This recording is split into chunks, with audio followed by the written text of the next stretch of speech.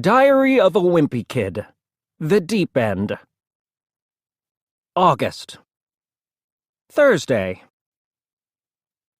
I love my family and all, but I don't need to spend 24 hours a day with them 7 days a week. And that's exactly the way it's been around here lately. It's not just me who's getting tired of this either. We're all going a little nuts, and if things don't change soon, I think we're gonna go off the deep end. Mom says we've been cooped up for too long, and we just need a vacation. But what we really need is a vacation from each other. That's not gonna happen anytime soon, though, because we don't have any money. And the reason we don't is kind of a long story, but it basically has to do with a hot tub falling through our roof. Crunch! We've been living in Grandma's basement for 2 months, and I don't know how much longer we can keep going like this. Mom says that one day we'll look back on this time and smile, but she's not the one who has to share a futon with Roderick every night, who snores super loud and kicks me in the face. The crazy thing is, Grandma's got plenty of room in her house, so I don't understand why our whole family has to stay in her basement. When we first got here, I called dibs on the guest room, but Grandma said it was already taken by her dog, Sweetie. I don't think Grandma's too thrilled we're living with her, because whenever her friends come over, she asks us to stay out of sight. And that's kind of inconvenient, since there isn't a bathroom in the basement, and her friends always stay forever, playing cards at the kitchen table right outside the basement door. We can't use the kitchen when Grandma's got guests, which means we can't eat dinner until after they're gone. But last night, I guess Roderick got sick of waiting, so he heated up some leftover pizza in Grandma's dryer. There's no TV in Grandma's basement, so the only thing we've got to entertain ourselves with is each other. And believe me, watching Mom and Manny perform the evening news as a puppet show is not enough. Mom says being bored is good because it makes you use your imagination. But whenever I try it, I always end up imagining the exact same thing. Roderick blasting off from our futon on a rocket ship to outer space.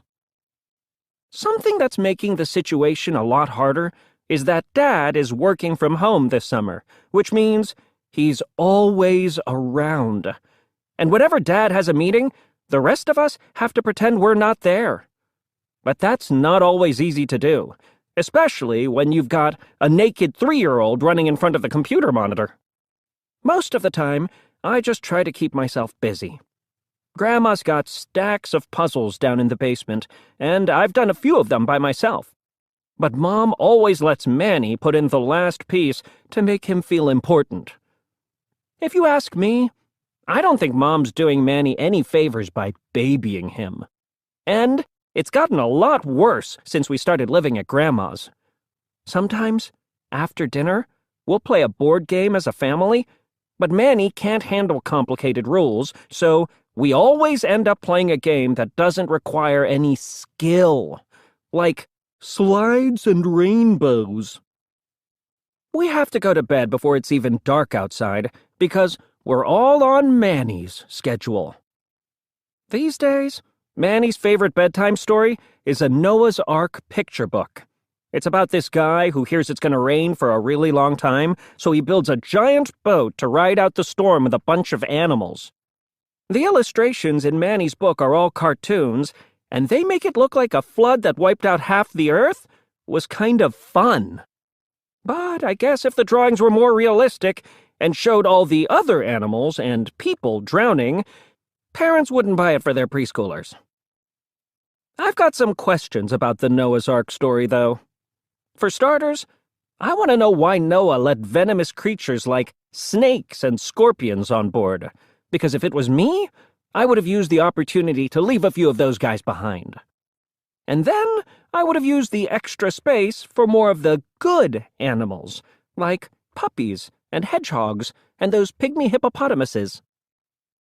Luckily, Noah didn't have to make room on board for whales and fish, because they would have taken up a ton of space, and they probably didn't even know the flood was happening to begin with. But it doesn't make a lot of sense that Noah let birds on the ark, since they could have just flown, and I bet he regretted that decision as soon as they started going number 2 everywhere. You only hear about the animals that survived the flood, but sometimes I wonder if there were some cool animals that didn't make it into the boat, like the 2-headed rhinoceros, the alligator duck, and the platypus horse beaver. The way the story goes, after it rained for 40 days and 40 nights, it took 150 days for the floodwater to go back down. That means Noah was stuck on the boat with a bunch of animals, plus his wife and 3 sons. And whenever I feel sorry for myself living in Grandma's basement with my family, I think about Noah, and it makes me feel a little better. Mom keeps saying she's glad we're all together right now, because she feels like time has slowed down. I've noticed that too, but for me, it's not a good thing. Nothing slows down time like Mom teaching Manny the alphabet. Walrus. Something that's making this summer feel really long is that I can't go to my friend Rowley's house. And that's because he's off on some big European vacation with his family. When Rowley first told me about his family's plans, I tried to see if his parents might let me tag along. But I guess Mr. and Mrs. Jefferson aren't as sharp as I thought they were, because they never picked up on any of my hints. I'll bet your trip would be more fun if you had a friend along. Yep. Wonder who might like to come. So now Rowley's probably off having the time of his life while I'm doing 500-piece puzzles in my grandmother's basement. I think Mom feels bad we can't afford to do something special this summer, so she's been trying to make up for it. She says we can go anywhere we want if we just use our imaginations. But to be honest, cardboard cutouts of boats and tourist attractions like the Eiffel Tower aren't really doing it for me anymore. I think Mom's finally had enough, too.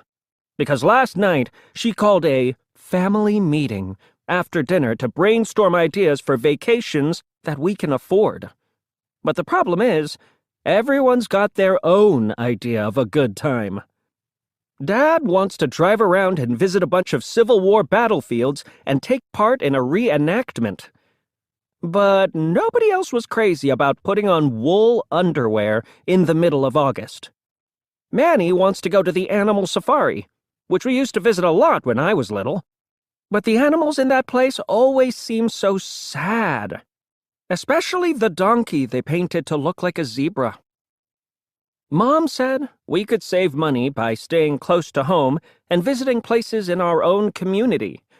But I've gone on enough school field trips to feel like I know this town inside and out, and trust me, visiting the water treatment facility once was more than I needed. The only ones who could agree on what we should do were me and Roderick. We both voted to go to the Thrills and Spills amusement park, which would be cheap, since Grandma got half-price coupons in the mail. Plus, they just opened a new roller coaster called Track Jumper that's supposed to be totally insane.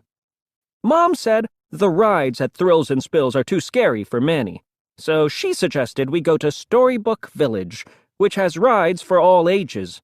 But me and Roderick have had enough of Little Miss Muffet's mild ride for one lifetime.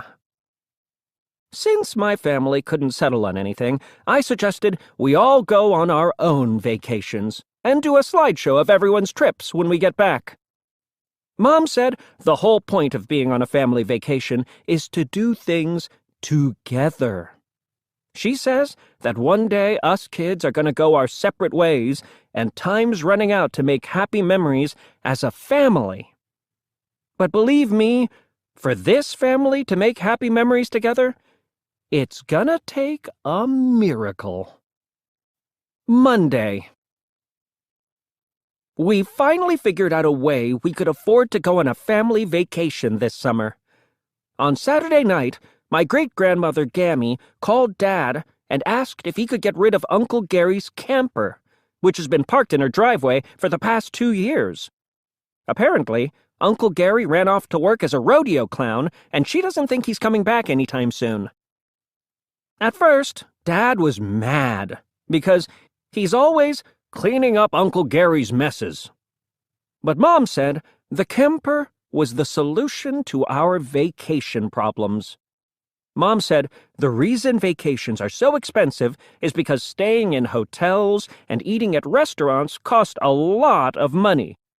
She said the camper would take care of both of those things. Then, Dad started getting excited. He said we could hit the open road and stop for the night whenever we felt like it. And we could cook for ourselves, too. All I know is me and my brothers were so happy for the chance to get out of Grandma's basement that we probably would have agreed to anything. Mom says we'll have a lot of adventures along the way, and now I'm getting kind of excited about this trip, too. In fact, I'm actually starting to feel a little bad for Rowley, because while he's stuck in a boring museum on the other side of the world, I'm going to be off doing something really wild, like whitewater rafting or hang gliding. For the past 2 days, we've been getting ready for our vacation, and I'm a little worried that Mom's hoping to turn this into an educational trip, because she's already made a wildlife bingo game. But believe me, the last thing I'm planning on doing is any learning while I'm bungee jumping. Yahoo!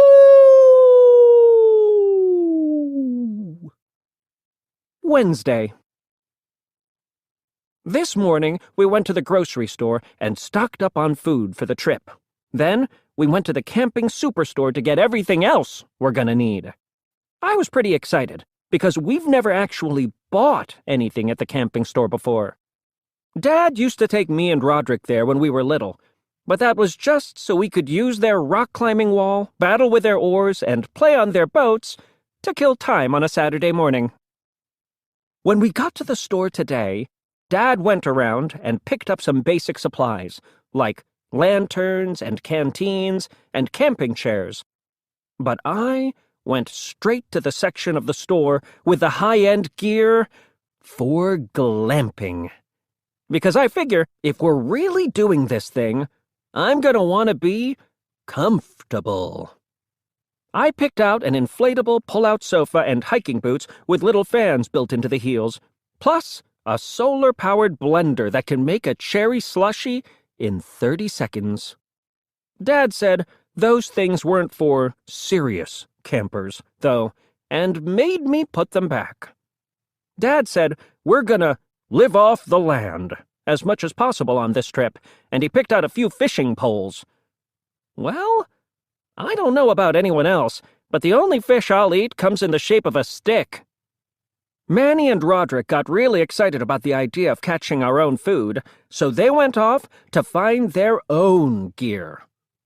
But Mom made Roderick put down the crossbow, and Manny put away the bowie knife before they could get too carried away. Roderick was pretty disappointed. I guess he was planning on doing some trophy hunting while we were on our trip, and was hoping to decorate the kitchen with a giant moose head when our house is finished. After Dad was done shopping, he was ready to check out. But I think Mom was nervous that we weren't getting the right kind of equipment, so she asked a sales clerk to look over our stuff and see if we had everything we needed. Well, this guy must have been a wilderness survival expert or something, because he had a lot to say, and none of it made me feel confident about going on a camping trip. The clerk said the number one thing we needed to worry about was bears, because there are a ton of them in the places we were going. But he said there were a few things we could do to protect ourselves, just in case. The clerk said the first thing we needed to remember was to always tie up our trash and hang it in a tree so it would be out of reach for bears. Then he said if we really wanted to be safe, we should buy a jug of wolf urine and spray it around our camp every night because it scares bears off. I tried to imagine whose job it is to collect wolf urine, and I promised myself I'd start getting better grades in school so it doesn't end up being me. I don't want to spend my time serving drinks to wolves, trying to get them to fill up pee jugs. The clerk said the other thing we had to worry about was bugs, like mosquitoes and ticks, so we should always put on plenty of bug spray. I was totally on board with that idea, because one time Albert Sandy told everyone at our lunch table about this kid who fell asleep outside and got sucked dry by a giant mosquito. And that sounds like a pretty bad way to go to me. I was starting to get a little nervous when the clerk told us everything else we needed. He said we had to have a first aid kit in case someone got injured, and waterproof matches in case our gear got wet. Plus, we needed a compass if we got lost, a snakebite kit if someone got bit, and a flare gun if things really got bad. Like if our camper fell into a ditch and Dad was about to get bitten by a rattlesnake. That would be the perfect time for Mom to use the flare gun. Whoosh! By the time we checked out, I was a little shook up. And I have to admit, Grandma's basement didn't seem so terrible anymore. I think the guy at the camping store stressed Dad out, because after we paid for all the stuff, we kind of rushed out of there. And we were halfway home before realizing Roderick was missing and we had to go back. We found him snoring in one of the store's hammocks. After that, we drove to Gammy's house to pick up Uncle Gary's camper. I guess Dad had thought it was pretty much ready to go, but it was a total mess inside. I remember Dad telling me that when Uncle Gary got his first car, he used to keep a bunch of garbage inside so no one would steal it. Well, I think Uncle Gary had the same idea when it came to his camper. We spent the whole afternoon cleaning it out, and I wouldn't have been too surprised if we'd actually found Uncle Gary buried somewhere underneath all that trash. Once we got the junk out of there, we were finally able to take a good look around the camper. I could see how Uncle Gary was able to live in there for 2 years, because it had everything a person could need. There was a stove, a sink, a kitchen table, and a little refrigerator. Plus, there was a bathroom with a shower in it, and some extra space above the cabin for sleeping. We scrubbed everything down, but each time we thought we were finished cleaning, we'd find something else Uncle Gary had left behind. And I don't mean to be rude or anything, but I seriously hope Uncle Gary has bought new underwear since he moved out, because tighty-whities just don't cut it. After Gammy gave us some sandwiches to take with us, we hit the road. Beep, beep. When we started off, Dad was super excited about the camper. He said, since he could work anywhere he wanted now, we could live on the road until our house was finished, and maybe even longer. Then, Mom chimed in. She said we could travel around the country and record our adventures, then become one of those families who gets famous on the internet. Getting Around with the Heffleys, featuring Manny. Like, subscribe. I was actually starting to get into the whole RV lifestyle, too. Mostly, I just thought it was cool that I could use the toilet and wave to passing cars while we were cruising down the highway.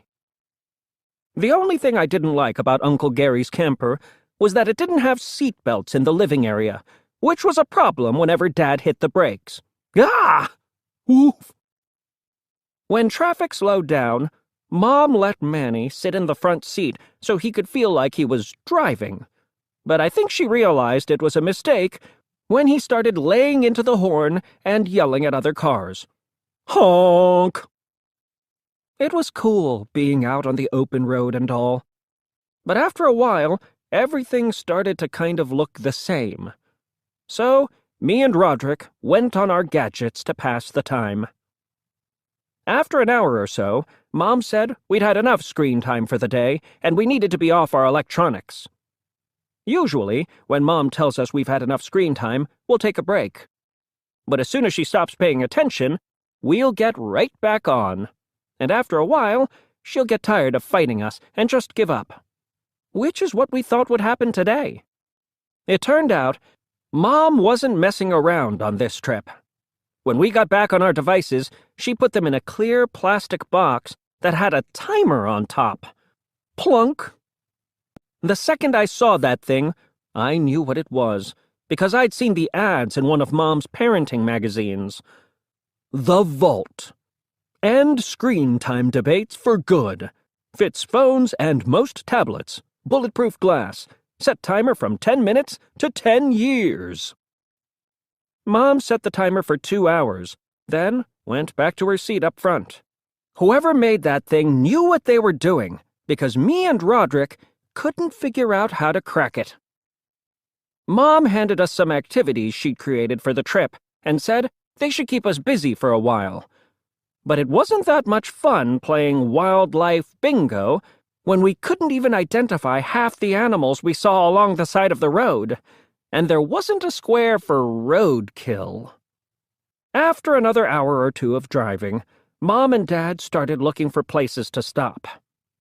There were some signs for scenic attractions, so Dad pulled over at the exit for a place called Culpepper's Ravine. Mom got all excited because she said we were like explorers who were about to see something new. But unfortunately, some other explorers beat us to it, because the camping lot was totally full. We couldn't find any parking, so we had to move along. And it was the exact same story for the next 3 places we tried to stop. I know I should feel lucky to be alive at a time when there's modern medicine and smartwatches and peanut butter-filled pretzels, but sometimes I wish I was born a little sooner, so I had a chance to actually discover something, like a giant waterfall. Because when you find something new, they name it after you. But by now, everything worth finding has already been discovered. And you wouldn't really want your name on any of the stuff that's left over. Greg's Ditch. One time, the planetarium in our town had a fundraiser, and if you paid $10, you'd get a certificate that said a planet in some faraway galaxy was named after you.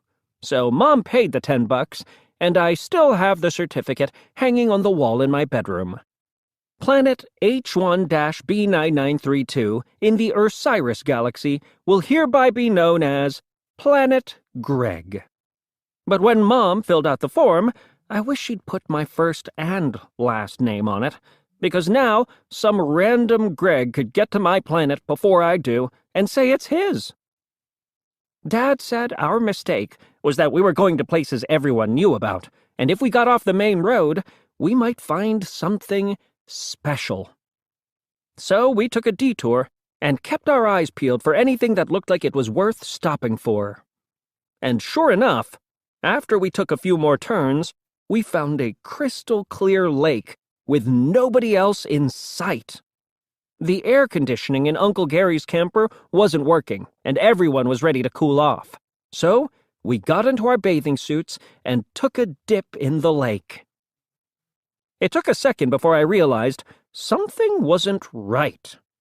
I noticed a million shimmering objects just beneath the surface, and my mind went right to piranhas. I'm pretty sure everyone else's did too, judging by how quickly we all started swimming to shore. I was almost to the shore when I felt a bunch of tiny mouths nibbling me. Shriek! I thought I was being eaten alive. And by the time I made it out of the water, I was surprised to be in one piece. Or almost in one piece. I had a scab on my knee when I got into the water, but by the time I got out, it was totally picked clean. Just then, a truck pulled up, and the 2 guys inside looked mad. That's when we found out the lake we were swimming in was a fish hatchery. I think those guys were about to call the cops on us for trespassing, and we didn't want to stick around to find out. So we piled into the camper, and Dad stepped on the gas. Vroom! The next time Mom makes fish for dinner, I'm definitely going to check the package to see where they came from first. The crazy thing is, the fish hatchery wasn't the last place we got chased away from today. We tried parking the camper in a meadow so we could get out and enjoy the view while we ate, but it turned out to be somebody's farm, and the farmer chased us off his property with a pitchfork. We finally found a field that didn't look like it belonged to anyone, so that's where we stopped for the night. The sleeping situation wasn't great. The kitchen table converted into a bed, which is where Mom and Dad slept. I wasn't crazy about the idea of eating breakfast off the spot where Dad slept in his boxer shorts. I had to share the loft above the cabin with Roderick, which wasn't much of an improvement on our deal in Grandma's basement. The only person who had any space to himself was Manny. He turned one of the cabinets in the kitchenette into a little apartment, and his setup had a light, a poster, and a tiny bed. It was actually pretty sweet. While Mom and Dad were getting ready for bed, I found out a major downside of the camper. The bathroom walls were paper thin, and with the engine off, you could hear everything happening in there. And trust me, no kid wants to hear his mother's bathroom noises. Burble, burble, splorp. I can't hear anything that's happening right now. La, la, la, la. Thursday. It turns out the place we stopped for the night was a public park. Little League practice started first thing in the morning, and we were parked right over the pitcher's mound. Luckily, we were able to take off before some kid broke a taillight with a line drive. Mom said she didn't want a repeat of yesterday, and asked everyone to think of something we could do that was guaranteed fun. And that's when I remembered a billboard I saw the day before. The billboard was for this place called the Family Adventure Center. Usually, whenever the word family is part of something, it's a warning to stay away. But the pictures on the sign of all-terrain vehicles, whitewater rafting, rock climbing, and zip lining made me think this place could be different. We had to backtrack about 2 hours to find the Adventure Center, but it didn't really matter since we weren't really headed anywhere to begin with. I have to say, this place was pretty cool. There were a million activities, and I wanted to do them all. But everything had an age and height requirement, and Manny wasn't tall enough to do any good activities. The only activity Manny was big enough for was the fun float, where you drifted down the river in inner tubes. So, that's what Mom signed us up for. I really wanted to do something more exciting, like rock climbing, but Mom was dead set on us all doing something as a family. Mom said the fun float would be relaxing, and after we put on our life jackets, we grabbed the cooler and a few other things from the camper to take with us on the river. After our experience with the fish farm yesterday, I wasn't crazy about getting into the water again, but there were a bunch of other people doing the fun float too, and I figured if there were any piranhas in the river, they'd go for them before they'd go for me. I have to admit that once we got going, it was kind of relaxing. Maybe even a little too relaxing. Roderick fell asleep while Dad answered work emails and Mom checked in with Manny's pediatrician. His stools seem a little runny. Should I add more fiber to his diet?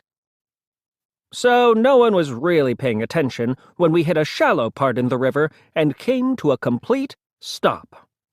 We had to take our tubes out of the water, and it wasn't fun walking across a bunch of sharp rocks in our bare feet. Once the river got deeper, we put the tubes back in the water. But my inner tube must have got punctured in the shallow part because it was losing air. So I took Manny's tube, and we emptied the ice out of the cooler so he could use that.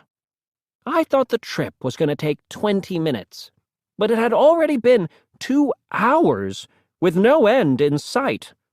And we really slowed down when we got stuck behind a big group of people jamming up the river.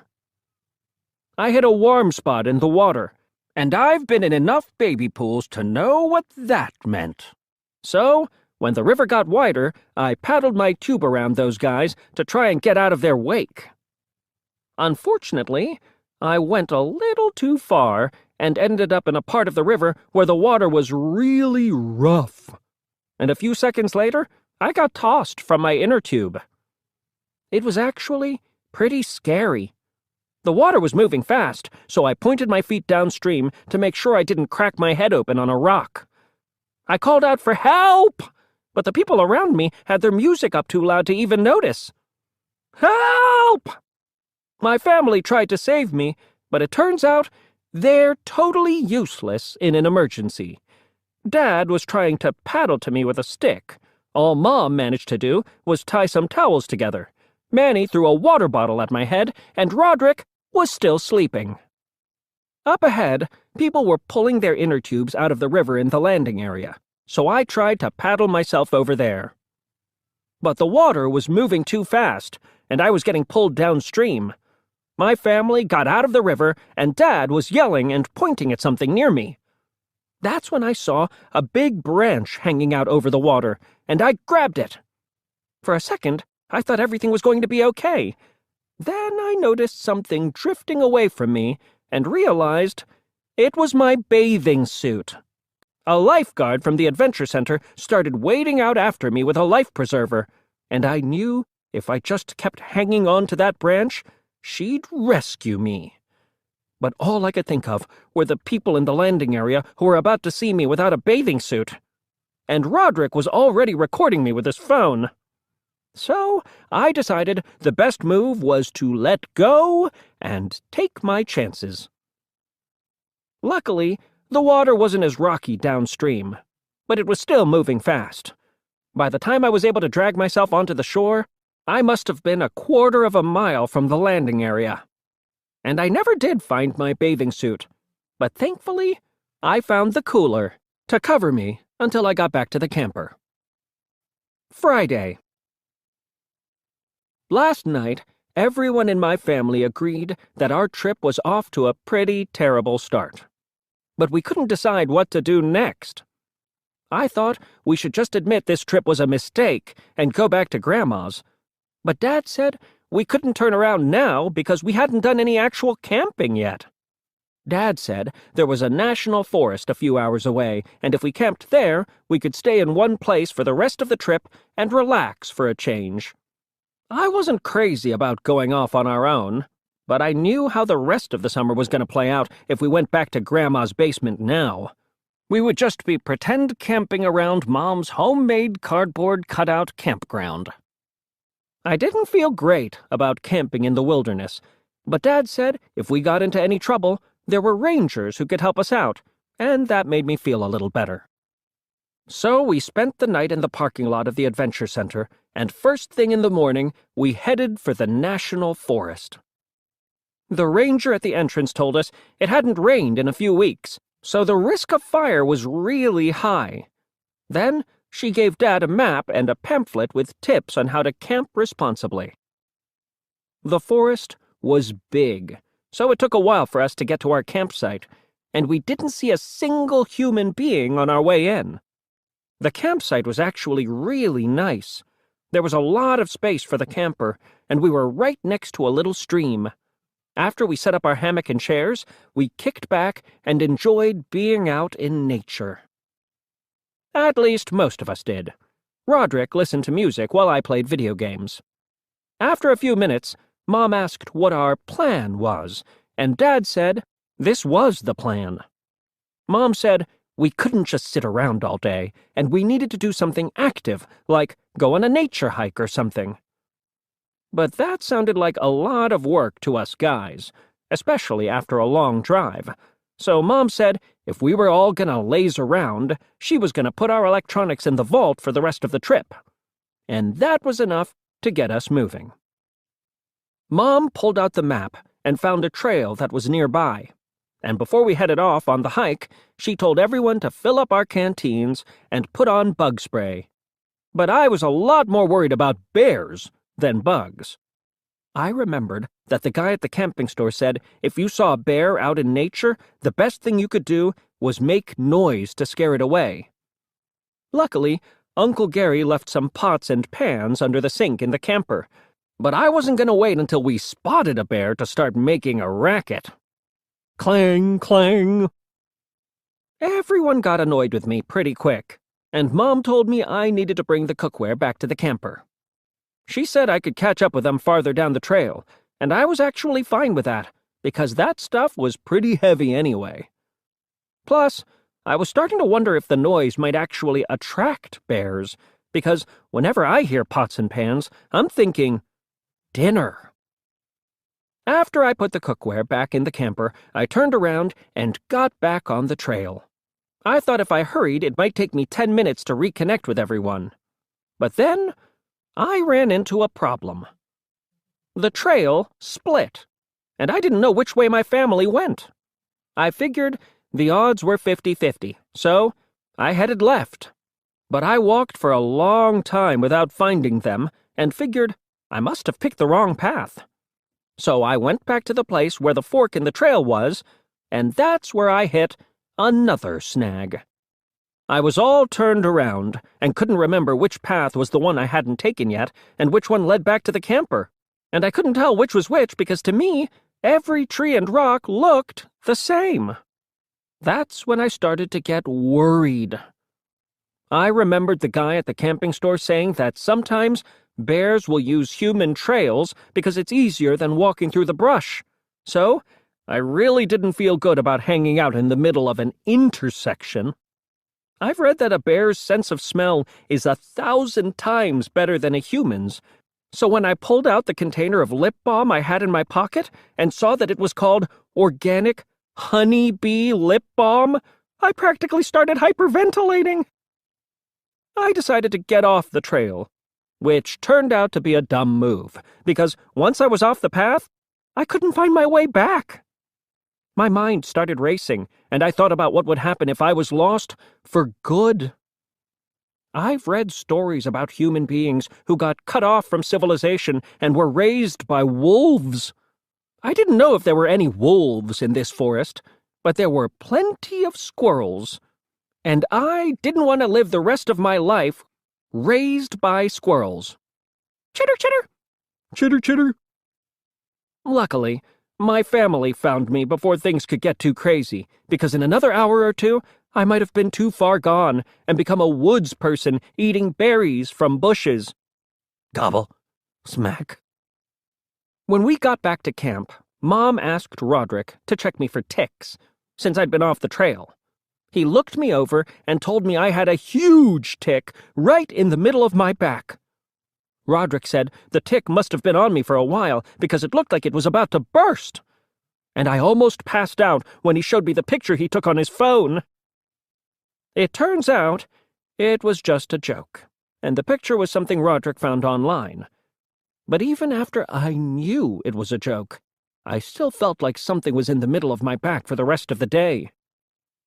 Mom said everyone should take a shower, since it had been 2 days and we were starting to stink. Roderick went first, and he was in there for at least half an hour. So when it was my turn, there was no hot water left. Scream! Dad checked the propane tank and said it was empty, which meant it was cold showers from now on. No one was happy about that, especially Mom. I noticed it was really starting to smell in the bathroom, so I told Dad. He said the reason it stunk was because we hadn't emptied out the sewage tank yet. To be honest with you, I didn't even think about what happened to our waste in the camper. Back home, when you flush the toilet, everything gets magically whisked away to some faraway place. But in a camper, you're actually carrying that stuff around with you. If I had known that our waste would be sloshing around below us beforehand, I'm not sure I would have agreed to go on this trip. Now I was starting to worry about what happened if the tank overflowed. So today, whenever someone looked like they needed to go number 2, I tried to talk them into taking it somewhere else. I even provided Mom with some teepee and a shovel. I guess I should be grateful we live in a time when toilets even exist. Roderick told me that the guy who invented the flushing toilet was named Thomas Crapper. And I don't know if that's true or if it's another one of his jokes. If it's true, I hope that guy made a ton of money, because I wouldn't want a body function named after me. Yo, I'm gonna take a Greg. Dad got a fire going and cooked some beef stew. He was gonna serve baked beans to go with it, but Roderick left the can too close to the fire, and that was the end of that. The beans exploded everywhere. Blam! After dinner, we tied up our trash and hoisted it in a tree with a rope, like the guy at the camping store told us to. I figured if any bear was smart enough to get at our trash, then they deserved to have it. By now, it was dark out, and Mom said we should turn in for the night. But Dad said the best part of camping was sitting around the campfire under the stars. That got Mom all excited, and she tried to get us to join in on a song that she said she learned at summer camp when she was a kid. But the rest of us aren't real big on sing-alongs, so we just waited for Mom to wrap it up. John Jacob Jingleheimer Schmidt. His name is my name, too. After that, Dad brought out some marshmallows, and we found some long sticks. While we were roasting our marshmallows over the fire, Dad got all serious. He told us that a long time ago he went camping with his dad, and they'd met a crusty old ranger who told them a crazy story. The ranger said he used to have a beagle named Matilda, and she'd follow him wherever he'd go. But then, this one night, the ranger made a fire, and he saw a weird creature with glowing red eyes prowling around the edge of the camp. Matilda chased after the creature, and the ranger tracked her deep into the woods, but the only trace of the dog was her broken collar lying on the ground. Dad said that every night the ranger would sleep in his cabin alone, hoping Matilda would find her way back to him. And on nights just like tonight, when there was a crescent moon, he'd hear the howl of a beagle deep in the woods. Aroo! Mom wasn't happy with Dad for telling that story, because Manny seemed really shook up. And to be honest, I was a little spooked, too. Then, I heard a sound coming from deep in the woods that made my heart stop. Aroo! For a split second, I thought it was the ghost of Matilda. But then I realized Roderick was missing, and the whole thing was one big joke Dad and Roderick were playing on the rest of us. But it kind of backfired, because when Roderick howled, Manny jumped, and that's how Dad ended up with a flaming marshmallow stuck to his knee. Shake! I think Dad was about to dive in the stream to put out the fire, but luckily Roderick remembered where we kept the fire extinguisher. Mom started giving Dad a lecture about why you should never scare people, but she got cut off by weird noises coming from the forest. At first, I thought it might be another joke, but the look in Dad's and Roderick's eyes told me it wasn't. Snuffle. Grunt. Whatever was out there sounded big and was coming our way, so we piled into the camper and locked the door behind us. Sure enough, it was a bear. But it wasn't after our trash. It was after the baked beans. Once the bear was done licking the beans off the camper, it wanted more. And I wish I could say we stayed calm, but I'd be lying. Scream! Dad climbed into the driver's seat to get us out of there, but the keys were by the fire, and when the bear started rocking the camper, I thought it was over for us. I guess Manny did too, because he managed to scramble out of a window and get up on the roof, and he brought the flare gun with him. Whoosh! Saturday. Last night, The light from the flare scared off the bear, so when the ranger arrived at our campsite, we didn't really need to be rescued anymore. By then, our biggest problem was the marshmallow burn on Dad's knee. The ranger said it was totally reckless for us to shoot off that flare, because it could have started a forest fire. Then she said we were going to have to leave the park first thing in the morning. Well, that was fine with me. We lasted one night in the wilderness, and I didn't think we could survive another. When we left the park this morning, I was really looking forward to getting back to Grandma's basement. I knew we'd have plenty of hot water and no bears. But Mom wasn't ready to go back home just yet. She said the reason we had a bad time camping was because we were too isolated, and if we went to a place where there were other people, we'd have more fun. Mom told us she'd heard of these RV parks where they have all sorts of activities for families, and everything you need is in one place. Then she started looking up nearby RV parks and found one that had potential.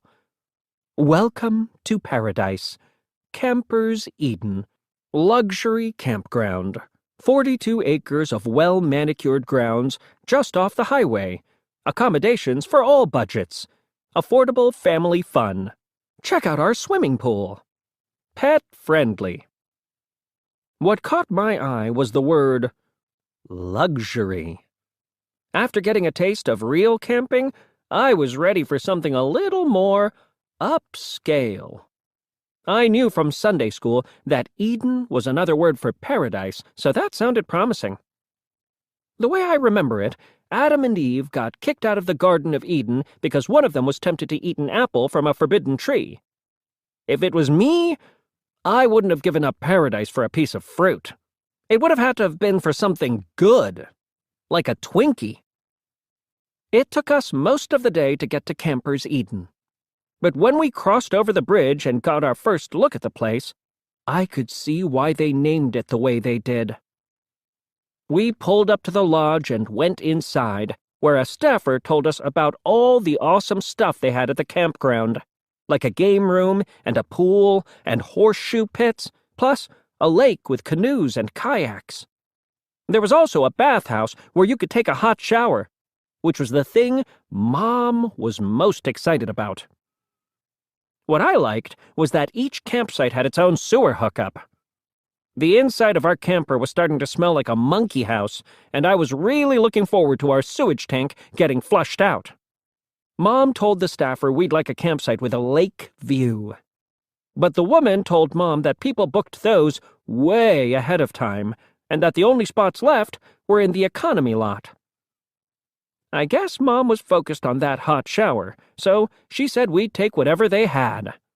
And after we paid up for the week, we drove our camper down the hill to find our site. The farther down the hill we went, the smaller the campsites got, and when we found our spot, Dad could barely fit the camper onto the concrete pad. After we parked, Mom unloaded the camping chairs while Dad tried to figure out how to flush the sewage tank. I wanted to be as far away as possible when he got that process started, so I told Mom and Dad I was going to go off and explore the campground. I wanted to check out the game room, so that's where I went first. There were a few arcade machines in there, but nothing I was really interested in playing. A bunch of kids were playing Doe Hunter, but shooting baby deer didn't look that fun to me. Blam! Blam! They had a pool table, but from what I could tell, it didn't have any actual balls. The kids were playing with apples and pears. Thwop. I checked out the swimming pool next, and that was kind of a disappointment too. It was full of little kids, and their parents weren't even keeping an eye on them. Nowadays, kids wear these floaty vests, so they don't even have to learn how to swim. It's not like when I was growing up, when you had to learn the hard way.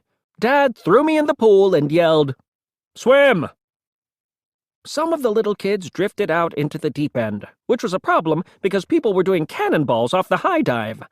Sploosh! There was no lifeguard on duty, so everyone was pretty much doing whatever they wanted. One kid even rode a bike down the slide. I didn't really feel safe going in the pool, so I decided to relax in the hot tub instead. But that's when I found out that this place wasn't joking around about the pet-friendly thing. The hot tub was full of dogs. There was a snack shack in the pool area, and the laundromat and bathhouse were close by.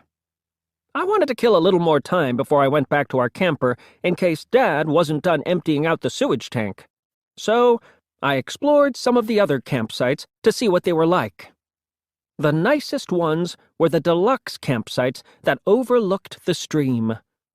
Those people had satellite dishes and fancy grills, and they had actual lawns that they took care of. I could tell the deluxe campsite people didn't like us economy guys hanging around their properties, though, so I didn't stick around long. The spots farther down the hill weren't as nice, but each row was kind of like its own little neighborhood. One of the rows had a bunch of older people in it, so I'm guessing that was the area for retirees. A few rows down were families with little kids. Some of the rows had themes, like a tiki bar, and people went kind of crazy with the decorations. A few people didn't have full-sized campers, and I felt grateful that Uncle Gary hadn't left us one of those instead.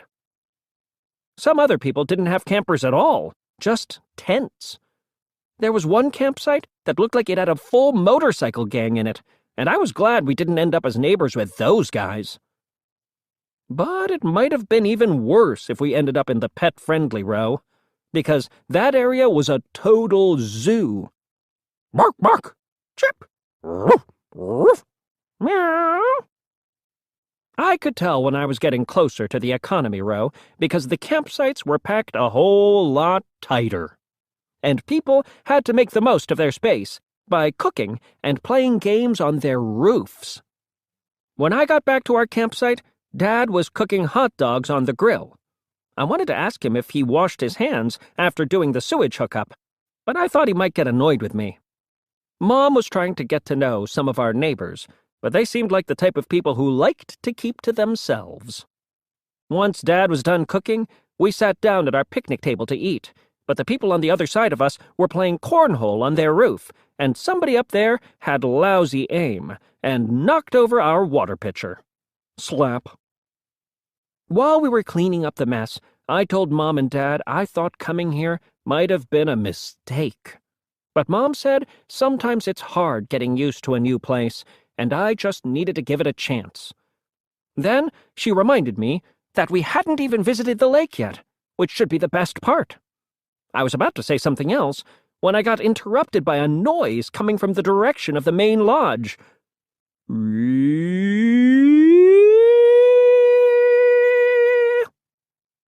It sounded like one of those air raid sirens you hear in a war movie when enemy bombers are approaching, and it put me totally on edge. Our next-door neighbors seemed nervous too, and they gathered up their stuff to take inside their camper. When Dad asked what the siren was for, our neighbor said it meant there was a skunk on the property, and everyone needed to get inside in a hurry. Well, that was enough to get us moving. We shut our door and peeked out of the window while we waited. Sure enough, a few minutes later, a skunk came sniffing around our campsite. Shuffle. It got up on the picnic table, and when it started eating our hot dogs, there was nothing we could do but watch. Once the skunk was done eating, it left. After a while, the siren stopped, and everyone came back outside. And even though the skunk was gone, the whole campsite smelled terrible. Dad said the reason it smelled so bad was because there's some sort of chemical in a skunk's glands that people can smell from a mile away, and he said if you got sprayed by a skunk, it would be 1,000 times worse. He said the best thing you could do if you ran into a skunk was to back away slowly, because a skunk will only spray a person if it feels like it's cornered or threatened. Then he said, you know you're about to be sprayed if a skunk stands on its front legs and wiggles its butt. But by then, it's probably too late. Roderick said that a skunk's spray doesn't just smell bad, it's flammable, too. I don't know if that's true, or if it's just another one of his lies. If it is true, then once skunks figure out how to light matches, skunks could just spray their stink, light a match, and phoom! Us human beings are in big trouble. When God created the animals, he gave them all cool stuff to defend themselves with, like shells and talons and claws. But then, when the time came to create people, all the good ideas were used up. God just said, "Good luck." I guess God made up for it by giving us big brains. But if it was up to me, I probably would have gone with quills. I figure if something as small as a skunk could scare off predators by smelling bad, then maybe it could work for me. And that's when I decided I'm not going to shower until I finish high school. I probably shouldn't have told Mom my plan, though, because all it did was remind her that I skipped taking a shower today. So now she's making me take one first thing tomorrow morning. Luckily, we had a few extra hot dogs in the camper, and Dad cooked them over the fire. But I kept thinking about that skunk. So I was already a little jumpy when all of a sudden we got sprayed. Whoosh! But it wasn't a skunk that sprayed us.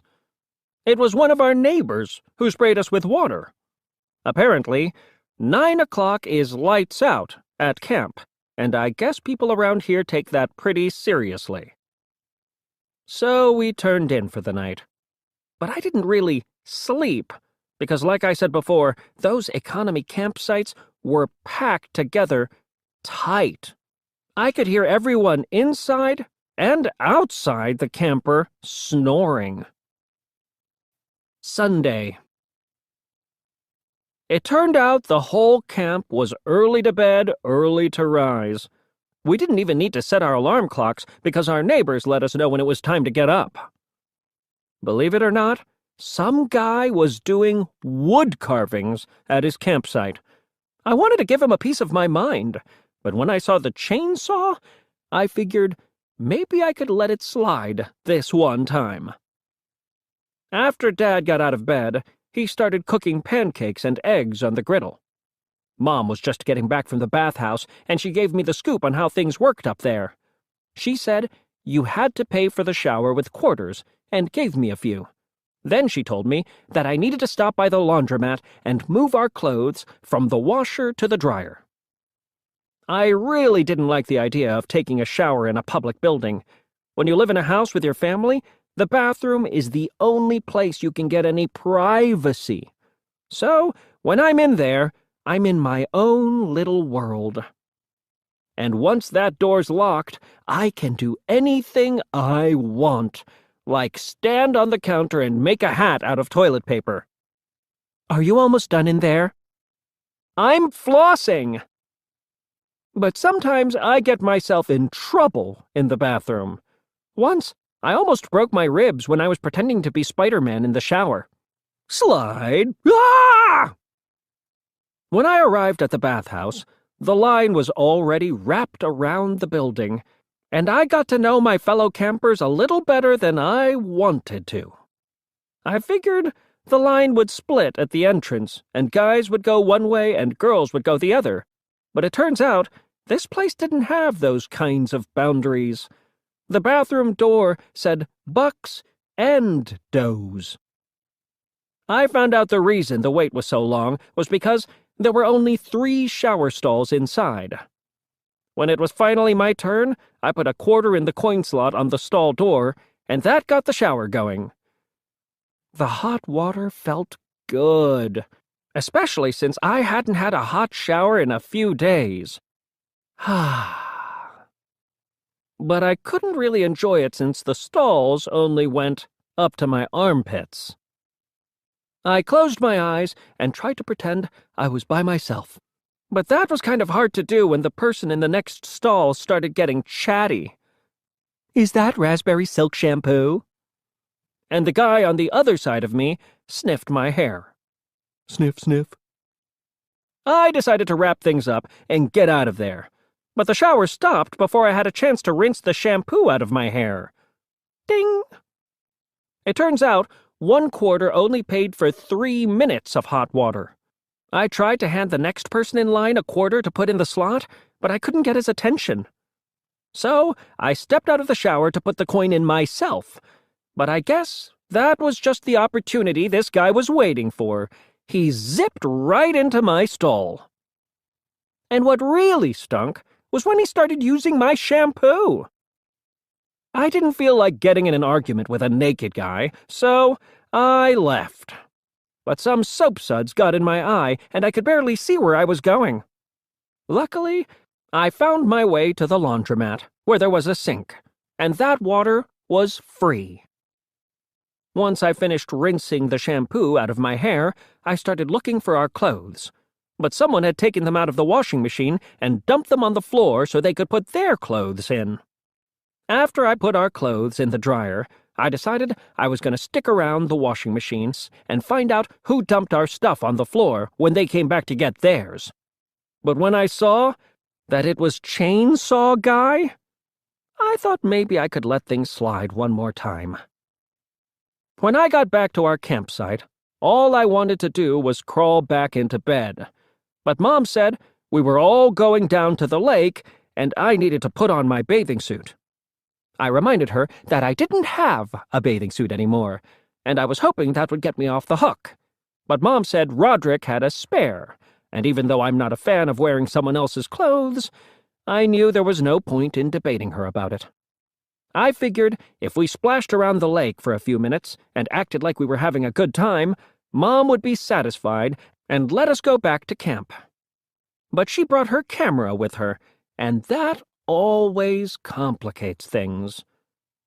This summer, Mom's been spending a lot of time on social media, and whenever she sees how perfect her friends' families look, it makes her jealous.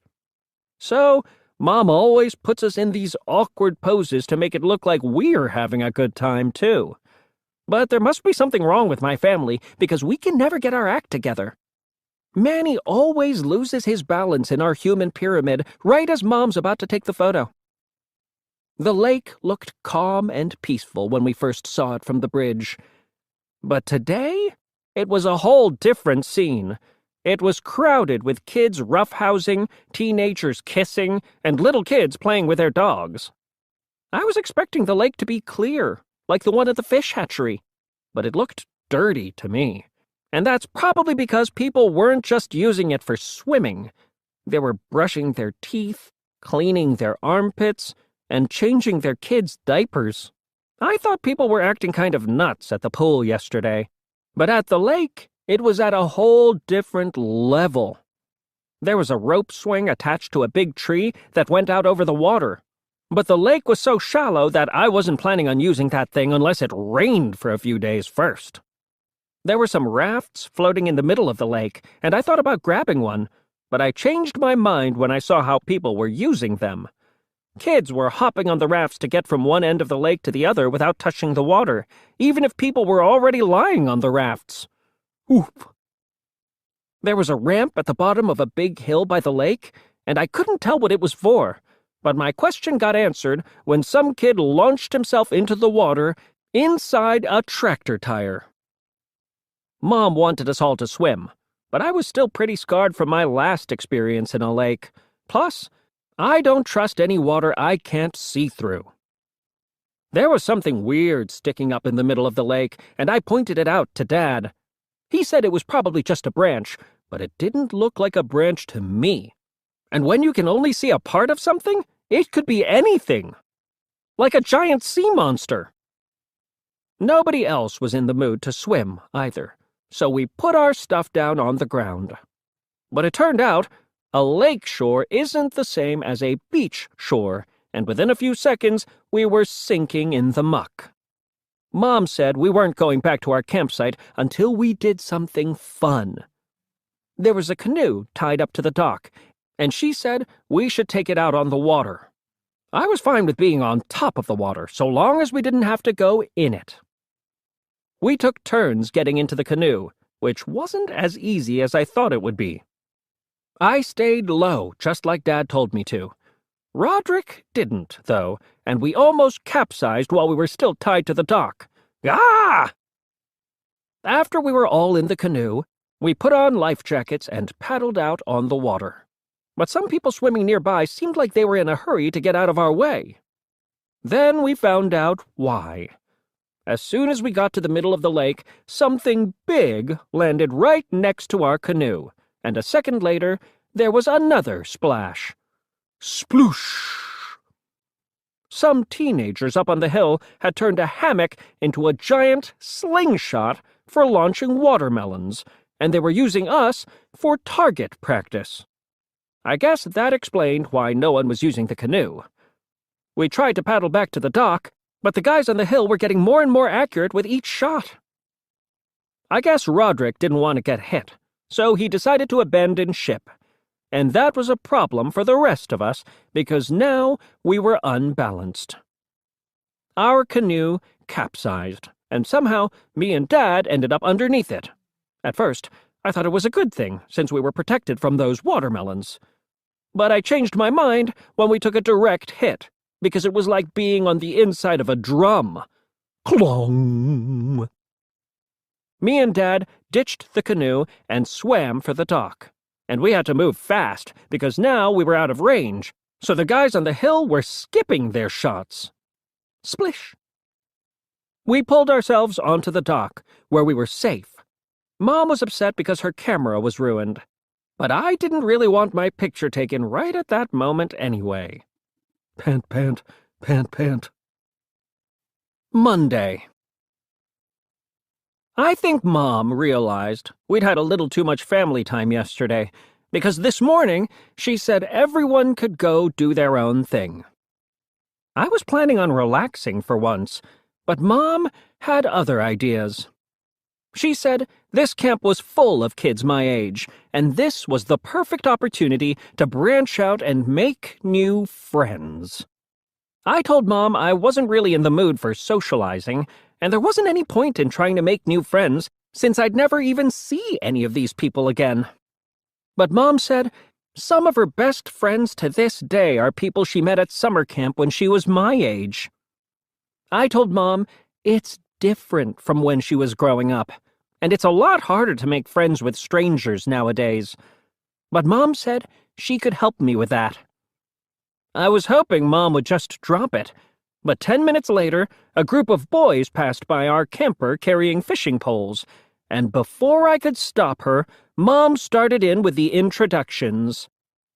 I know someone who would love to join in your summertime fun. Luckily, these kids didn't beat me up the second Mom stepped away. They said they were going down to their fishing spot, and I could come with them if I wanted. I'm not really big on fishing, but I figured I'd just go along with these guys to make Mom happy. I recognized a few of them from the pool, and on our way down to the stream, I learned their names. Everyone was calling the smallest kid Juicebox, and he seemed to be the one in charge. The kid with the inner tube was Big Marcus, and I couldn't tell if he was wearing that thing for fun or if he couldn't actually get out of it.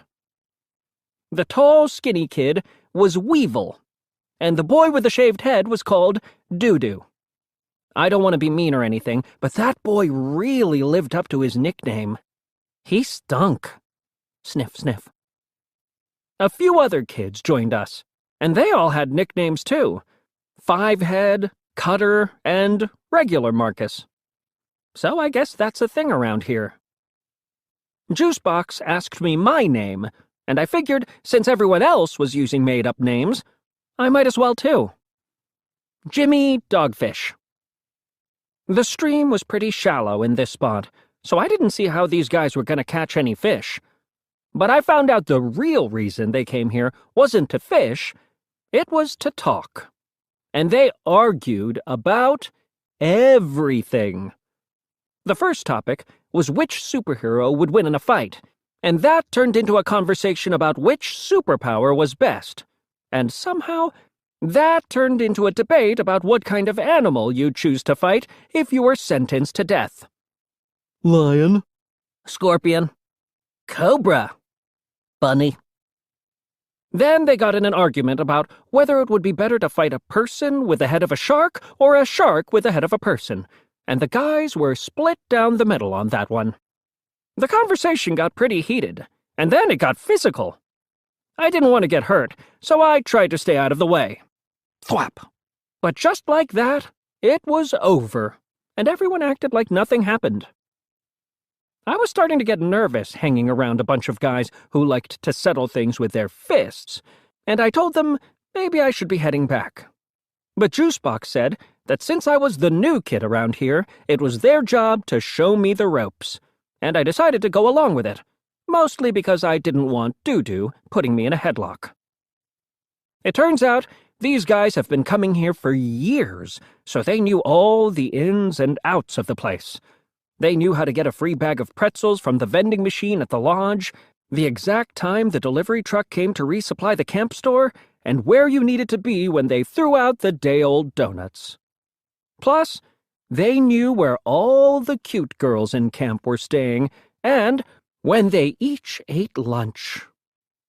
These guys were big pranksters, too. Weevil found a half-filled bottle of shampoo on the ground, and that gave Juicebox an idea. He took us around the back of the bathhouse to the wall on the other side of the shower stalls. As soon as the person near the window finished rinsing the soap suds out of his hair, Big Marcus picked Juicebox up, and Juicebox reached through the window and squirted more shampoo on his scalp. Squirt. The guy lathered up his hair again, and once he finished rinsing it, Juicebox was there with another squirt. After a couple more rounds of this, the guy started going crazy. Yah! But when he heard Cutter laugh, we were busted. And it was the last guy we should have been messing with, too. Chainsaw Guy. Luckily, Juicebox and his gang knew all the good hiding spots on the campground, so we laid low in the dumpster behind the snack shack until the coast was clear. I'd never really had a group of friends before, and I was starting to have fun. The guys wanted to go down to the field by the lake and play some games. I figured they wanted to play something normal, like kickball or freeze tag, so I went along with them. But these guys had their own idea of fun, and most of their games involved someone getting hit by a ball or getting tackled, and sometimes both at the same time. The last game we played was Red Rover, where everyone makes a human chain and tries to keep one person from getting through. But Big Marcus was unstoppable, and we got pretty banged up. It seemed like everyone was ready to wrap things up for the day, but that's when something fell from the sky. Splat! It was those teenagers on the hill, launching watermelons from their hammock. We ran for cover underneath the shed where they kept the kayaks, and that's where Juicebox told me what was going on. He said that every time him and his gang played in that field, the teenagers bombarded them with watermelons, and I really wished someone had mentioned that to me before I agreed to come down here. But Juicebox said that today, him and his guys were ready to strike back. They'd stashed a bunch of water guns in one of the kayaks, and they had some serious firepower in there. Everyone chose a weapon for themselves, but since I was the new guy, I picked last. I wasn't crazy about picking a fight with a bunch of teenagers anyway, so I told the guys I really needed to be getting back to my family. But Juicebox said I was one of them now, and we were all in this fight together. I probably should have walked away then, but I didn't want to let these guys down. We gathered around Juicebox, and he showed us his plan. He said somebody needed to volunteer to be the decoy on the lake so the rest of us could sneak up on the teenagers from behind. Nobody wanted to volunteer, so we took a vote. And that's how Big Marcus got chosen. And that was good news for me, because I got his water gun. Big Marcus paddled out to the middle of the lake, and sure enough, the teenagers opened fire as soon as they saw him. Splash! Sploosh! And that's when the rest of us made our move. From the other side of the hill, we let loose with everything we had, and by the time our water guns were empty, those teenagers were totally drenched. But I wish Juicebox had put a little more thought into the next step of his plan, because all we really did was make those guys mad. They chased us down the hill and past the main lodge, and we turned the corner at the laundromat. I thought they were going to catch us for sure, but Big Marcus picked the perfect time to rejoin the team and used his giant inner tube to knock them away. Boing! That bought the rest of us extra time, and we used it to reload our water guns from the soda dispenser at the snack shack. Cutter grabbed a few squeeze bottles of ketchup and mustard for some extra firepower, so when the teenagers arrived, we were ready for them. Splurk! And I don't know if it was the soda or the ketchup that did it, but a few seconds later, the snack shack was full of bees. Shriek! We ran to the hiding spot we used earlier in the day and took a minute to catch our breath. Everyone was in the mood to celebrate, but Juicebox seemed worried. He said those teenagers would be coming for us and that the camp director was going to be mad we made a mess at the snack shack. Cutter said we should make a pact that if one of us got caught, nobody would rat anyone else out, and everyone seemed to like that idea. But it got complicated when we started talking about what the penalty was for breaking the pact, because everyone had a different idea of what that should be. Big Marcus said that if you broke the pact, then you had to go through the pool noodle gauntlet, which sounded pretty harsh to me. Thwack, thwack. Regular Marcus said that if one of us snitched, that person needed to wear his underwear on his head for a whole day. Some people wanted to take it even further. Fivehead said it had to be your dad's underwear, and you had to walk past the pretty girls' campsites at lunchtime. Then, the guys got into an argument about whether the underwear should be clean or dirty, and things got physical again. But I was actually glad, because it gave me the opportunity I needed to slip away. Tuesday. Thankfully, Mom didn't have any big plans for us today, because after everything that happened yesterday, I really just wanted to lie low for the rest of the trip. Mom went to the camp store to pick up some groceries for dinner, and when she came back, she was all excited about a flyer she'd picked up at the main lodge. Tonight, pool party. Food, games, music. Guaranteed family fun. Nobody else was crazy about going to a pool party, but Mom said this could be just the thing to turn our trip around. We all knew that once Mom gets an idea in her head, there's no talking her out of it. Plus, it had been really sticky and hot all day, so I figured it would be nice to cool off for a few hours. Mom forgot to get plastic utensils at the store, so she sent me up there with some money. I was a little nervous one of those teenagers might spot me on the way, so I wanted to get there and back as quick as I could. But I stopped when regular Marcus called out to me from a trash can when I passed by the place we hid yesterday. Psst. Regular Marcus told me that this morning, these posters started appearing all over camp, and he showed me one he took from the laundromat. Ice Cream Sundae Party. Trade in your squirt gun for a free ice cream sundae. The second I saw the poster, I knew it was a trick. I told regular Marcus that the people who run this place were just trying to catch the kids who trashed the snack shack, and they were using ice cream as bait. I told him not to fall for it, and to tell the other guys not to either. But he said it was already too late, because when the first posters went up, Juicebox and the other guys had headed straight for the lodge with their water guns. Regular Marcus said he would have been with them, but he had to go back to his camper to grab his squirt gun, and by the time he got to the lodge, the doors were already locked. So regular Marcus climbed up on a recycling bin to look through the window and see what was going on, and what he saw wasn't pretty.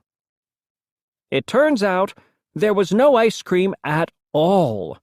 The camp director told the guys they were going to have to scrub every inch of the snack shack tomorrow morning and use toothbrushes to do it. I guess Juicebox didn't like the sound of that, so he told the camp director the whole thing was a big misunderstanding. He said him and the other guys got roped into the fight, and the guy that started it all was still on the loose. And when the camp director asked him the name of the ringleader, Juicebox threw the new guy under the bus. Jimmy Dogfish. But I guess the camp director wasn't convinced, because after he let the other guys go, he made Juicebox walk door to door with him to find this Jimmy Dogfish character. I really didn't want to be there when they reached my camper, so when I got back to our campsite, I told everyone we needed to eat quick so we could get to that pool party. I figured the pool might be the one place on the campground where I was actually safe. But once we got there, I realized I was wrong about that. The pool was packed with people pushing, punching, and dunking each other. It seemed like the combination of loud music and nighttime was making people a little extra crazy. And it wasn't just the kids this time. It was the grown-ups, too. A bunch of dads had turned the shallow end into a giant whirlpool to spin their kids around in, and those kids looked scared. And somebody had greased the slide, so people were coming off that thing at 100 miles an hour. There was a movie playing on a screen at the deep end of the pool, and whoever chose the film probably should have picked something that was a little more family-friendly. This movie was about a giant, people-eating shark. Scream! Mom wasn't even paying attention to what was going on in the pool. There were a bunch of activities in the grassy area, and she wanted us to participate in everything. We entered the balloon-popping relay as a family, but we came in last place since Manny didn't have enough body weight to burst the first balloon. Bounce. Blop. Mom made Dad enter the beer belly contest, but he didn't even make it past the first round, since the other guys had some serious beer bellies. Manny entered a hot dog eating contest on his own and won first place. I had no idea that boy could pack so much food away. Me and Roderick competed in a dizzy stick relay race, where you had to spin around a baseball bat 5 times, then tag the next person on your team. But we were playing against 2 guys who had just finished the hot dog eating contest, so things got a little messy once the barfing started. Mom tried to get me to enter a mother-son dance contest with her, but there wasn't enough money in the world to get me to agree to that. Luckily, Manny was happy to take my place. I entered the pie-eating contest because I thought I might actually win, but they held it at the same time as the belly flop contest, and my seat was the one closest to the pool. Sploosh! Speaking of the belly flop contest, too many contestants got on the diving board at the same time, and it wasn't built to carry that much weight. The diving board started tilting, and it actually looked like it might collapse into the pool. Creak! Scream! After the party activities wrapped up, Mom talked us all into getting in the water for a quick family swim. The pool was crowded, and nobody was really doing any swimming anyway. It seemed like the only people having any fun were the ones on rafts. But the rafts were all taken, and it didn't look like anybody was willing to give one up. Then, Mom spotted a giant, empty inner tube in the middle of the pool. That thing was so big it must have been an airplane tire or something. So, we all swam out to it before someone else took it for themselves. The tire was so huge, it was almost impossible to get into.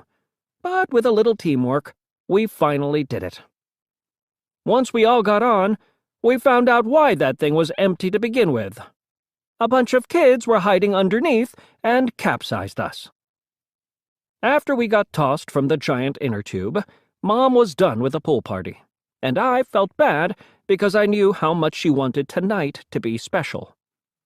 A lot of other people were starting to clear out, too, but there were still a few stragglers coming into the party, and some of them looked like the teens from earlier. The rest of my family got out of the pool, but I decided to stay put.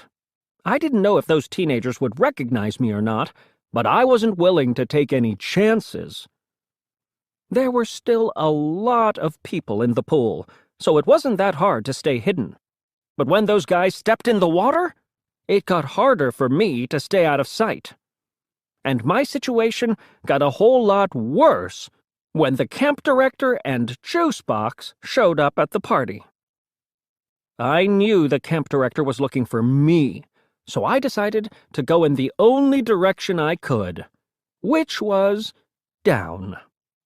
I went to the bottom of the pool and sat there, and I planned on staying down there as long as it took. I was actually starting to run out of oxygen when something weird happened. There was a flash of light, like someone took a picture underwater, and then everyone started getting out of the pool. 10 seconds later, it was empty except for me, and that's when I came to the surface. The first thing I noticed was the rain, which was really coming down. Then, lightning flashed across the sky, and that explained why everyone was in such a hurry to get out of the pool. The teenagers and juice box were long gone, and so was my family. I really didn't want to get electrocuted, so I figured I'd better get out of there too. I left the pool area and headed for the camper, but in the dark and the rain, it was hard to see where I was going. There was a huge crash of lightning, and it sounded like it might have hit something nearby. Crack! Then, the air raid siren on top of the lodge cranked up, which made everything even more stressful.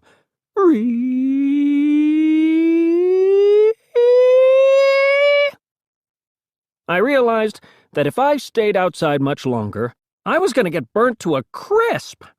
But nobody in any of the deluxe campers would let me inside. Pound, pound. I finally made it to our camper, and when I opened the door, my whole family was already there. Pant, pant. Mom said she thought I'd run ahead to the camper when the rain started, and it was a miracle I was okay. To be honest with you, I felt the same way. That storm came at the perfect moment, and I almost felt like it was the work of a higher power. Or maybe it was just one big cosmic joke, because if there's one thing I learned tonight, it's that God has a sense of humor. Because the skunk that had been at our campsite somehow ended up in our camper and was on the kitchen counter getting ready to spray. Wednesday. If you've ever wondered what it's like to be sprayed by a skunk, I can tell you from first-hand experience. It feels like you've gone blind and your eyes sting like crazy. Gasp, wheeze, sputter, gag, ack! So, you have to flush them out with water, if you're lucky enough to have any nearby. Once your vision improves, you start to notice the smell, which is like a mix of rotten eggs and roadkill. And you don't just smell it, you taste it. But trust me, the best thing is to not get sprayed in the first place. One of the books we bought at the camping store had a chapter on what you should do if you got sprayed by a skunk. But it wasn't that helpful, since we couldn't get any of the ingredients until the store opened in the morning. So, you've been skunked. Getting sprayed by a skunk is no laughing matter, but if it happens to you, here's what you can do to remove the smell. Fill a bathtub with 10 pints of 3% hydrogen peroxide, 20 tablespoons baking soda, and 10 teaspoons liquid dish soap. Bathe, rinse, lather, and repeat as necessary. We knew we couldn't go to sleep smelling like skunk, so we tried to find something to cover up the odor. Luckily, there were a bunch of ketchup and mustard packets in one of the drawers, and we rubbed the condiments all over ourselves. Manny found a bottle of Uncle Gary's cologne between the seat cushions, but that stuff smelled almost as bad as the skunk. We all had a terrible night's sleep, and when we woke in the morning, we realized it wasn't just us that stunk. It was everything inside the camper, too. So, we emptied the whole thing out, and it was pretty clear we were going to have to throw almost everything away, especially our food. Mom gave me money and sent me up to the camp store to get the de-skunking supplies and some groceries. But on my way up there, I could tell something wasn't right. People were carting away wheelbarrows of food and supplies. By the time I got to the store, all the food was gone, and the shelves were practically bare. I was lucky there was still some hydrogen peroxide and baking soda left, because if I'd got there a few minutes later, somebody probably would have scooped them up, too. I tried to ask someone what was happening, but I guess the ketchup and mustard weren't doing their job covering up the skunk smell. No one would even get close to me. After I paid for my stuff and left, I ran into Doo-Doo, who didn't seem to even notice the way I smelled. He told me the reason people were acting crazy was because last night a bolt of lightning struck the bridge leading to the campground, and one section of the bridge was totally destroyed. Crack! He said the truck that brings supplies couldn't get onto the property, which explained why everyone was snapping up everything at the store. But now, I was the one who was panicking, because if nobody could get into camp, that meant nobody could get out, either. I ran back to tell Mom and Dad what was going on, but by then our neighbors had woken up, and apparently they weren't crazy about the skunk smell. They were using leaf blowers to blow the stink away. Whir, whir. I filled Mom and Dad in on the bridge situation. Mom said the most important thing was that we didn't panic, because that never helps. And she said that what we should be focused on right now was getting rid of this odor. The deskunking instructions said to pour the baking soda and hydrogen peroxide in a hot bath, but it's not like there were a bunch of bathtubs on the campground. So we used the next best thing, the hot tub. And it turns out dogs don't like the smell of skunk either. Whimper. We must have soaked in the hot tub for an hour, but in the time it took to scrub our bodies and our clothes clean, things at camp had gone totally off the rails. It started with the water. When the camp store ran out of water bottles, people used the spigot by the main lodge to fill up their containers. Some people took more than they needed, though, and the well ran dry.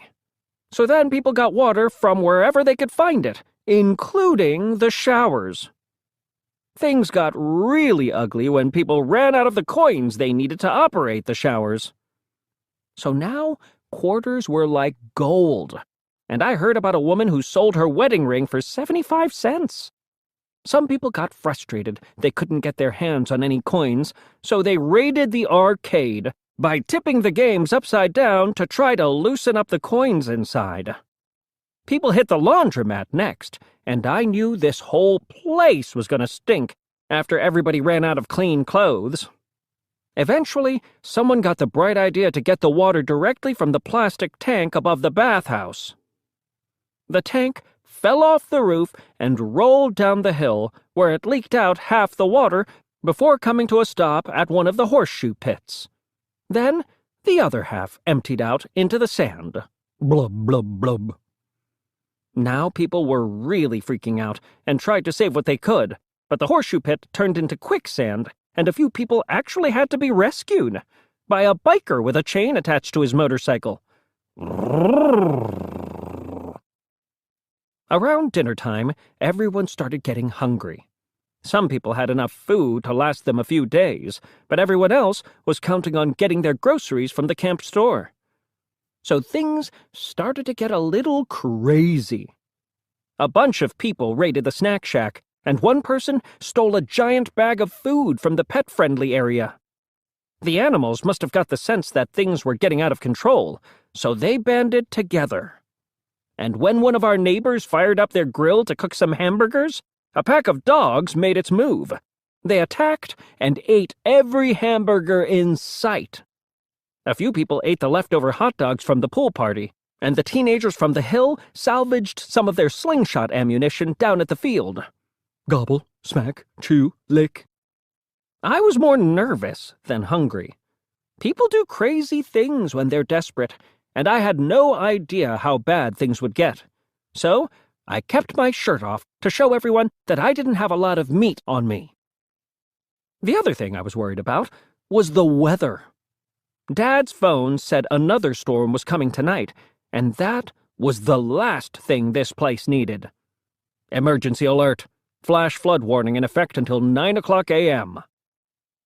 Mom said everyone was overreacting, and that by morning someone would repair the bridge and everything would go back to normal. But when night fell, things at the campground got a whole lot worse. And when one of the deluxe campers got tipped over by people who thought they were hoarding canned food and toilet paper inside, Mom finally admitted things were serious. Now, we all wanted to get out of this place, but nobody could figure out how. And that's when I thought of the stream. I remembered there was one part that was really shallow, and I said we might be able to drive the camper over the rocks and get to the other side. I thought everyone would say my idea was stupid, but when a camper 2 doors down got tipped over, we were ready to try just about anything. Whoomp! We didn't want to call a lot of attention to ourselves by turning on the engine, so we pushed the camper off the pad and down the hill. And once we got it going, the camper really started moving. The only problem was we forgot to detach the sewer line before we got rolling, and it made a giant mess on our site. Splurp. But there was no going back now, and when the camper started picking up speed, we all climbed on board. We coasted to the bottom of the hill, where the lake emptied into the stream, and when we were far enough away from everyone else, it seemed safe to start the engine. We kept the headlights off because we didn't want anyone to see us, but that made it tricky to find the shallow spot in the stream. By now, it had started to rain, and it was coming down pretty hard, but when we turned the headlights back on, I finally found the place where the stream was shallow. Dad put his foot on the accelerator. We edged out slowly, and for a minute, it looked like we were going to be able to make it all the way across. But once we got to the middle of the stream, there was an awful sound, and the camper ground to a halt. Screech! We were stuck on a giant rock, and something got knocked loose from the bottom of the camper. I'm not an expert on cars or anything, but whatever that thing was, it looked like it was pretty important. But it turned out that was the least of our problems. The rain was getting a lot heavier, and all of a sudden, the stream wasn't so shallow anymore. Now our sewage hookup was underwater, and it didn't take long for the system to back up and for water to burst out of the toilet. Glush! The mess in the bathroom overflowed into the main living area, and we scrambled to keep off the floor. We knew we couldn't stay inside the camper, so we tried to get out. But by now, the water in the stream was moving so fast, it wasn't safe to leave. The camper was filling up with water, and we had to climb even higher. Roderick pulled himself onto the roof first, and then helped the rest of us up to safety. But once we were all on the roof, the camper started to turn. By now, the stream was overflowing, and the camper lifted free from the rock it was stuck on. 5 seconds later, we were drifting downstream. We were headed right for that bridge, and if we had stayed where we were on the roof, that thing would have taken our heads off. That's when I noticed that some of the seat cushions from the kitchen had floated outside the side door. I jumped first, and everyone else followed my lead. Sploosh! The only person who didn't jump was Manny. He had climbed back down into the camper and was sitting in the driver's seat. The rest of us were freaking out because the camper was about to hit the bridge. But at the last second, Manny pulled the wheel hard to the right, and the camper started to turn. And when it reached the bridge, the camper snapped into place and filled in the missing piece of the broken bridge like a puzzle piece. Manny wasn't finished, though. He grabbed something out of the glove compartment, then he shot off the flare gun for the second time this trip. Even though it was still raining hard, the flare lit up the sky. A few minutes later, we saw headlights coming our way. At first, I thought people were coming to rescue us, but when they got to the bridge, they just kept going. It took a full hour for all the vehicles to cross to the other side. And when the very last motorcycle drove over the bridge, the only thing we could hear was the rain. Saturday. After the campground emptied out, we were the only ones left. With all the people gone, we were finally able to enjoy ourselves. And for once, Campers Eden lived up to its name. All the animals were so happy, the campground actually looked like Eden. So, all it took for this place to turn into paradise was for everyone else to leave. 2 days after the storm, the delivery truck came back to supply the camp store, and that night, we ate like kings.